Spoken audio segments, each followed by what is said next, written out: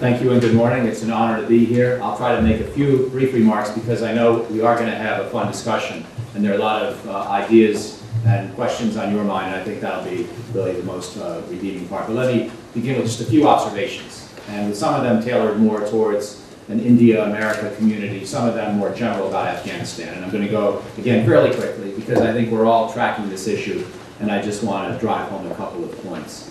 First of all, a couple of reasons why I'm still hopeful about Afghanistan. One of them is, even though the Afghan security forces continue to take enormous casualties, and we've seen discussion of this again in today's New York Times and elsewhere, they are indeed fighting hard for their country. And that's in fact part of the reason they're taking such high casualties. We have seen the transition from lead control in all of the country now handed off to the ANSF, as was mentioned earlier. And I think this is a very important milestone. It does not yet mean the Afghan forces are fully independent. It does not yet mean they can make do on their own. And I'm going to come back to the so-called zero option in just a second. I'm strongly against that. But the Afghan security forces are now leading about 90% of all operations in their country, and they're in control, whatever that means. Admittedly, it's a somewhat vague and flexible concept, but they're in primary control of the entire territory of the state. They've been showing for years they can do pretty well in places like Kabul, where they've actually been in lead operations now for a number of years. So one thing we have to hold on to and be hopeful about is the strength of the Afghan security forces. I'm not saying they can defeat the Taliban. After all, the greatest alliance and greatest community of nations in history, the international community as currently deployed in Afghanistan, has not been able to defeat the Taliban. The Taliban is unfortunately a very resilient enemy, and unfortunately Pakistan in particular has been a little bit too tolerant of the Taliban. So we're not going to be able to expect the Afghan security forces to defeat the Taliban. But I do believe that we can hope that most of the populated areas and main road arteries, main economic corridors of Afghanistan can remain generally under government control, especially if we can execute a gradual, ongoing handoff of responsibility to the Afghan forces, and if next year's presidential election in Afghanistan goes well. So let me now say a brief word about that.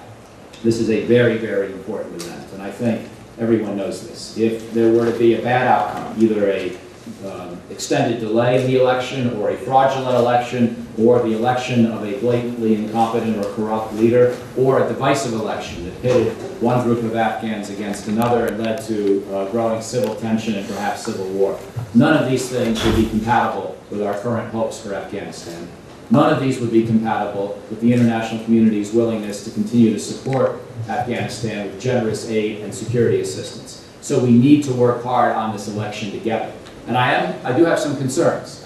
When I was last in Afghanistan, which was in March, I sensed overall that there was a reluctance on the part of the international community, broadly defined, including not just the United States, but other countries, including the United Nations mission, a reluctance to get very involved in the Afghan election. This was partly a reflection of the pain and scarring that occurred in 2009 and 2010, when we had such extensive and frustrating and painful exchanges between Ambassador Holbrooke and President Karzai, Peter Galbraith working at the UN and Ambassador Karzai, some members of the White House staff and President Karzai about the elections. We felt that there had not been enough integrity to the election. Karzai felt that we were trying to deny him the clearly legitimate victory, that even if you allowed for all the irregularities in the vote, would still have produced a clear mandate for him. So both sides felt the well had been poisoned. We better not go down that path again.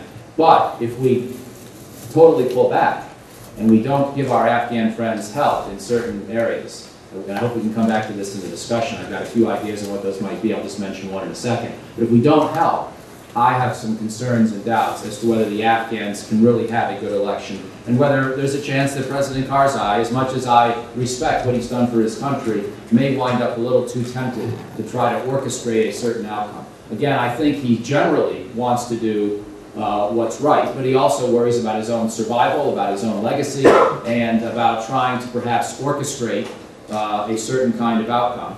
And some of that's okay. Incumbents in this country and in India try to influence who will succeed them at one level. But you have to do it above board, transparently, and by the rules.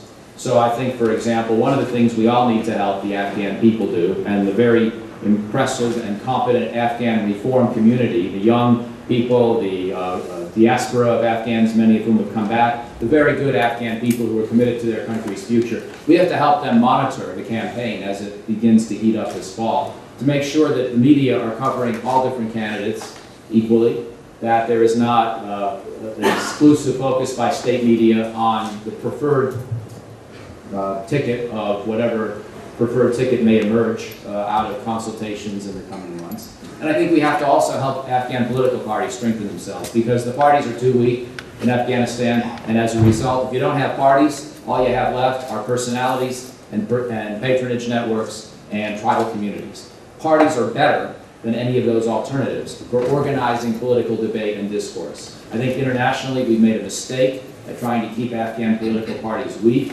going along with the idea that somehow, because parties have had a bad history in the Communist Party and other organized entities in the past in Afghanistan, we better not encourage or allow the development of strong parties in the future. That may or may not have been correct for a moment a decade ago. It's no longer correct. And I think those of us who come from established democracies, like Indians and Americans, need to help Afghan parties, not with any choice of one group over another. And obviously we all know there are sensitivities. Indians can be blamed for helping the Northern Alliance too much. Americans can be blamed for helping anybody who's against Karzai too much. We all know the way in which we can make mistakes or be seen as trying to serve our own agendas. So we have to be careful about how we do this. And we have to do it through a broad international effort. But I think we have to try. We have to take a couple of risks on behalf of helping Afghan reformers and Afghan Democrats, because this election is too crucial. Just a couple more words and I'll be done. First, let me say something about the zero option. This has emerged in the last few weeks in the United States again in the newspapers as an idea that the White House was apparently willing to countenance.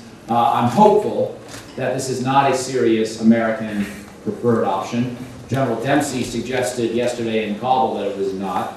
But the White House has sometimes, I think, felt frustrated with President Karzai to the point of not wanting him to feel that he had carte blanche or that there was some guarantee the United States and the international community would stay with forces in Afghanistan beyond next year.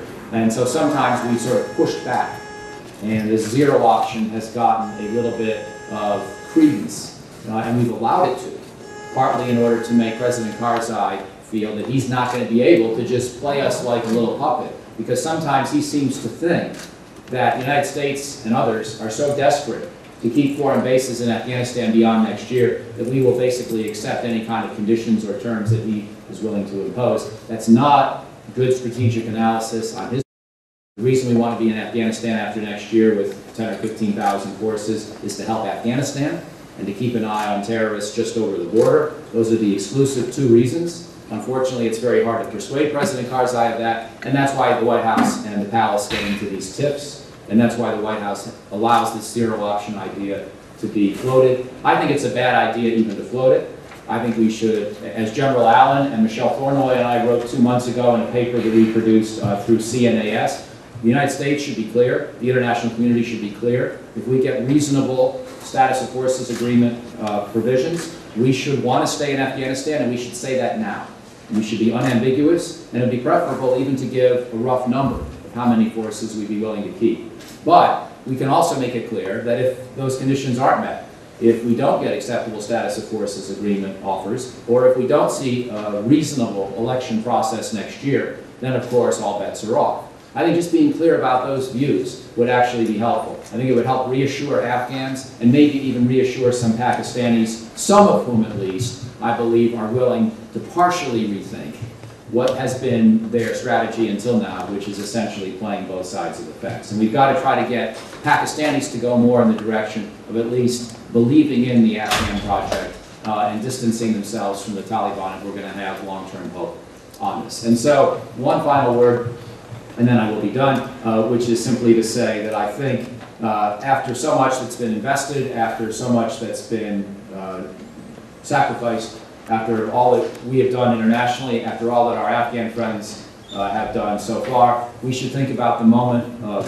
mid-2013 going into the elections next year, not as a time to cut our losses, but as a time to try to lock in our gains and make them more solid.